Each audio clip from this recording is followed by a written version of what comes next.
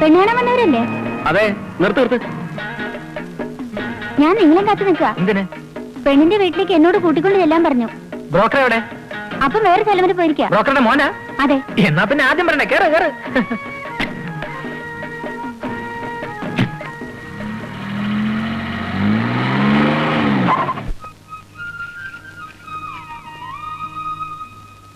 എന്റെ ചേട്ടനായതുകൊണ്ട് പറയല്ല, ഇത്രയും നല്ലൊരു ചെറുപ്പക്കാരൻ ഞങ്ങളുടെ നാട്ടിൽ വേറെ ഇല്ല. നാട്ടില് ഞങ്ങൾ സൽസ്വഭാവി ബ്രദേഴ്സ് എന്നാ അറിയപ്പെടുന്നത്. സോറി. ചെറുക്കനെ കണ്ടാ തന്നെ അറിയാം പാവമാണെന്ന്. പക്ഷേ നിന്റെ മുഖത്തൊരു കള്ളലക്ഷണം ഉണ്ടല്ലോ. അത് മുമ്പില്ലായിരുന്നു, അടുത്ത കാലത്തുണ്ടായ ഒരു കാർ ആക്സിഡന്റിൽ പറ്റിയതാ. എന്താ ഇയാളൊന്നും മിണ്ടാത്തത്? അല്ല, അത് പിന്നെ നാണവാ. ഇതുവരെ തല ഉയർത്തി ഒരു പെണ്ണിന്റെ മുഖത്തോലും നോക്കിയിട്ടില്ല. എന്താണോ ഇത്? പെണ്ണിനെ കാണാൻ ധൃതിയായല്ലേ? അതല്ല, അതന്നെ. ഞാൻ പോയി വിളിച്ചോണ്ട് വരാം. അതെ, പെണ്ണ് വരുമ്പോ ചോദ്യങ്ങളൊക്കെ ഞാൻ ചോദിച്ചോളാം. ഇച്ചായം കുട്ടിയുടെ നടത്തവും സംസാരവും ഒക്കെ വാച്ച് ചെയ്താൽ മതി. നിന്റെ ഈ ചോദ്യങ്ങൾ കാരണമാണ് കോട്ടയത്തെ കല്യാണം കുളം കുത്തിയത്. അതെന്റെ കുഴപ്പമില്ല. രൂപവും ഭാവവും കണ്ടപ്പോ അത് പെണ്ണിന്റെ അമ്മയായിരിക്കുന്ന ഞാൻ കരുതിയത്. സത്യം പറ, അത് അമ്മയല്ല കുട്ടിയാണെന്ന് അറിഞ്ഞപ്പോ ഇച്ചായനൊന്നും ഞെട്ടി.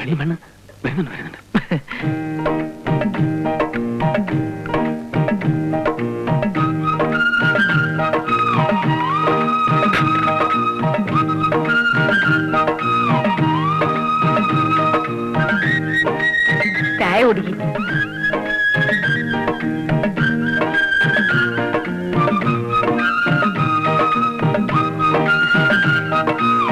പേരെന്താ പറഞ്ഞത്? ശാന്തമ്മ. ഏതുവരെ പഠിച്ചു? 4ാം ക്ലാസ് വരെ. അമ്മച്ചിക്ക് മറുപടി പറയാനുള്ള ചോദ്യങ്ങള് ഞങ്ങൾ വേറെ ചോദിക്കുന്നുണ്ട്, അപ്പൊ പറഞ്ഞാ മതി. ഏതുവരെ പഠിച്ചു? BSc പാസ്സായി. തെക്കും തലക്കാരെന്ന് പറഞ്ഞ ഈ നാട്ടിൽ എല്ലാരും അറിയും. ഈ തെക്കും തല എന്ന പേര് വരാൻ കാരണം?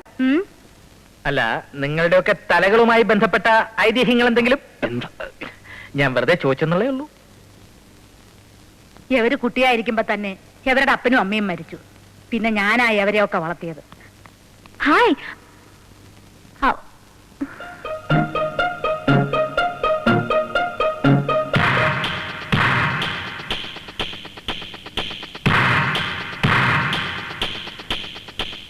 ഇത് ഷേർലി, ബീനയുടെ അനീറ്റിയാ. എറണാകുളത്ത് പഠിക്കുക. ബീനനെ കാണാമെന്നവരാ. നോക്കൂ, നമ്മൾ ഇതിനു മുമ്പ് എവിടെയോ വെച്ച് കണ്ടിട്ടുണ്ടല്ലോ. ഏയ് ഇല്ല, ഞാനങ്ങനെ ഷോപ്പിങ്ങിനൊന്നും പോവാറില്ല. അപ്പൊ മനസ്സിലായി. എന്ത്? അല്ല, ഞാൻ ഉദ്ദേശിക്കുന്ന ആളെല്ലാം. അത് ശരി, നീ വാ. എന്താണോ ഇതൊക്കെ? അതൊക്കെ പിന്നെ പറയാം. ഇച്ചാന് കുട്ടി ഇഷ്ടമായോ? എന്താ നീ വൈകിയത്? ബസ് കിട്ടാൻ വൈകി. അതിരിക്കട്ടെ, നിനക്ക് ചെറുക്കനെ ഇഷ്ടപ്പെട്ടോ? പക്ഷേ ഇത് നടക്കുമെന്ന് എനിക്ക് തോന്നുന്നില്ല. അല്ല, അപ്പൊ ഇയാൾക്കൊരു കല്യാണമൊക്കെ ആലോചിച്ചുകൂടെ? നോക്കണം. അയ്യോ, എനിക്ക് കല്യാണമൊന്നും വേണ്ട. ഇച്ചായന്റെ കഴിഞ്ഞിട്ട് മതി. ഇങ്ങനെയുള്ള കളികളെ ഫ്രണ്ട്സായിട്ട് നീ കൊണ്ടു നടക്കുന്ന എന്തിനാ? അയ്യോ, അവക്ക് ഈ മോഷണം ഒരു ഹോബിയാണെന്ന് പിന്നീടല്ലേ ഞാൻ മനസ്സിലാക്കുന്നത്. അപ്പോ എല്ലാ കാര്യങ്ങളും നമ്മൾ പറഞ്ഞ പോലെ. എന്നാ ഞങ്ങൾ അപ്പച്ചനോട് സംസാരിച്ചിട്ട് വിവരങ്ങൾ ബ്രോക്കറോട് പറഞ്ഞേക്കാം. വരട്ടെ അമ്മച്ചി. ശരി മക്കളെ.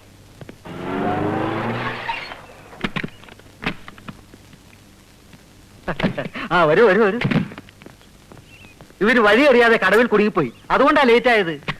ഇവരൊക്കെ ആരാ? ഇത് കല്യാണ ചെറുക്കൻ, ഇത് കല്യാണ ചെറുക്കന്റെ അപ്പൻ. നമസ്കാരം. ഞാൻ എന്റെ മകന്റെ അടുത്ത് അടയാളം പറഞ്ഞു കൊടുത്തിരുന്നത് ഇവര് മാരുതി കാറിൽ വരുന്ന. കാറ് കേടായതുകൊണ്ട് ഇവര് വേറെ കാറ് വിളിച്ചു വന്നു. അപ്പൊ ഇവരാ?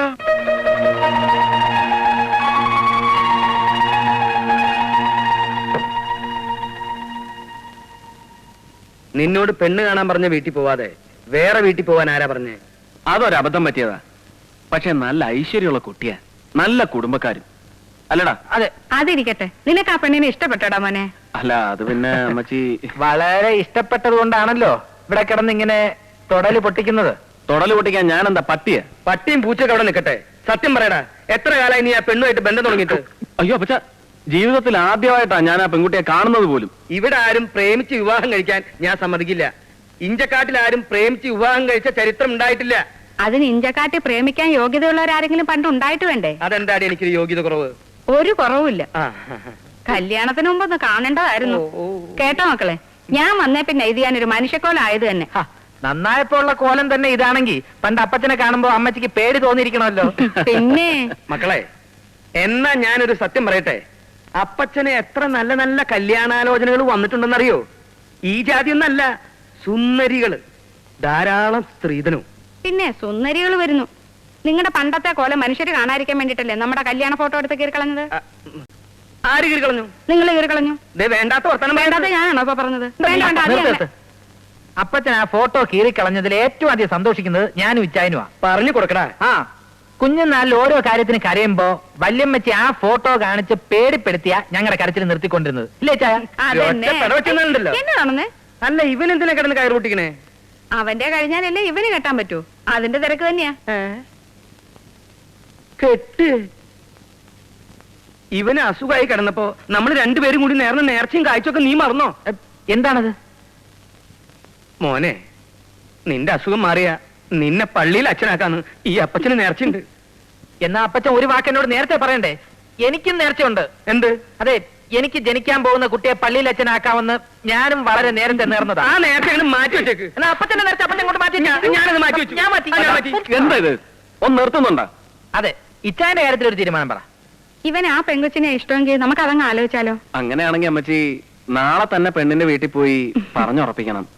അല്ലെങ്കിൽ പിന്നെ വേറെ ആരെങ്കിലും പോയി കല്യാണം ഉറപ്പിച്ചിട്ട് പോയാ പിന്നെ പറഞ്ഞിട്ട് ആ, കാര്യം. അതിനെ കുറിച്ചൊന്നും ഓർത്ത് ഇച്ചായൻ വിഷമിക്കണ്ട. ഇത് നടത്തുന്ന കാര്യം ഞാൻ ഏറ്റു. ഏതായാലും അപ്പച്ച ഓക്കെ പറഞ്ഞല്ലോ. ഞാനിപ്പോ ഓക്കെ പറഞ്ഞു. ഓക്കെ പറയുമല്ലോ. നീ എന്ത്? എന്തിന്? ആ, ദേ എന്റെ മക്കളെ, ഞാൻ ഇന്ന് വരെ നിങ്ങളുടെ ഒരു കാര്യത്തിനും എതിരെ നിന്നിട്ടില്ല. ഇനി നിൽക്കൂല. പോരെ? അപ്പച്ച അടിക്ക. വെക്കലവിടെ കോച്ച് കള്ള. അയ്യോ, ഇനി ഒന്നും ചെയ്യാൻ പറ്റില്ല. ആ തൊടുപുഴക്കാരുടെ ആലോചന ഏതാണ്ട് ഉറപ്പിച്ച മട്ട. ഇനി പയ്യന്റെ ആൾക്കാർ വന്ന് കല്യാണ തീയതി നിശ്ചയിച്ച മാത്രം മതി. ഞാൻ വേറെ വഴിക്ക് അന്വേഷിച്ചപ്പോ ഒന്നും അങ്ങോട്ടങ്ങനെ ഉറപ്പിച്ചിട്ടില്ല എന്നാണല്ലോ അറിഞ്ഞത്. ആര് പറഞ്ഞു? ഇനി ഉള്ള കാര്യം പറയാലോ മാത്തച്ഛൻ ചേട്ടാ. ഇഞ്ചക്കാട്ടുകാരും തെക്കും തലക്കാരും തമ്മിൽ വലിയ അടുപ്പത്തില.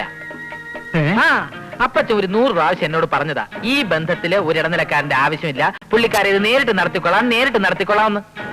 പിന്നെ ചേട്ടന് ഞങ്ങളുടെ കയ്യിൽ നിന്ന് കിട്ടാൻ പോകുന്ന ഭീമമായ കമ്മീഷൻ നഷ്ടപ്പെടണ്ടെന്ന് കരുതി ഞാനാ പറഞ്ഞത് അപ്പച്ച ഈ കാര്യങ്ങൾ നേരിട്ട് പ്രൊസീഡ് ചെയ്യണ്ടെന്ന്. ഭീമമായ കമ്മീഷനോ? അതെ, ഈ കല്യാണ ബ്രോക്കർമാർക്ക് കമ്മീഷൻ വാരിക്കോരി എറിയുന്നത് ഇഞ്ചക്കാട്ടുകാരുടെ ദൗർബല്യമാ. അയ്യോ, തൊടുപുഴക്കാരുടെ കാര്യം അങ്ങനെ അങ്ങോട്ട് ഉറപ്പിച്ചിട്ടൊന്നുമില്ല.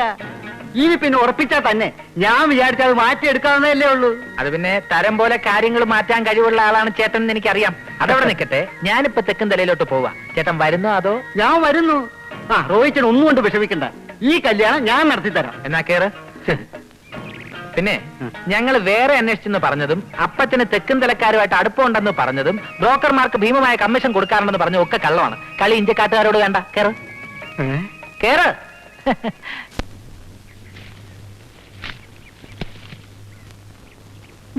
അവിടെ എവിടെ? അവിടെ കൊമ്പിന്റെ സൈഡിലേ. കൊമ്പിന്റെ സൈഡിലല്ലേ ഇപ്പൊ? അങ്ങോട്ട് നോക്ക്. ഒരു കുത്തു വെച്ചിരും കേട്ടോ. അതെ, അത് തന്നെ.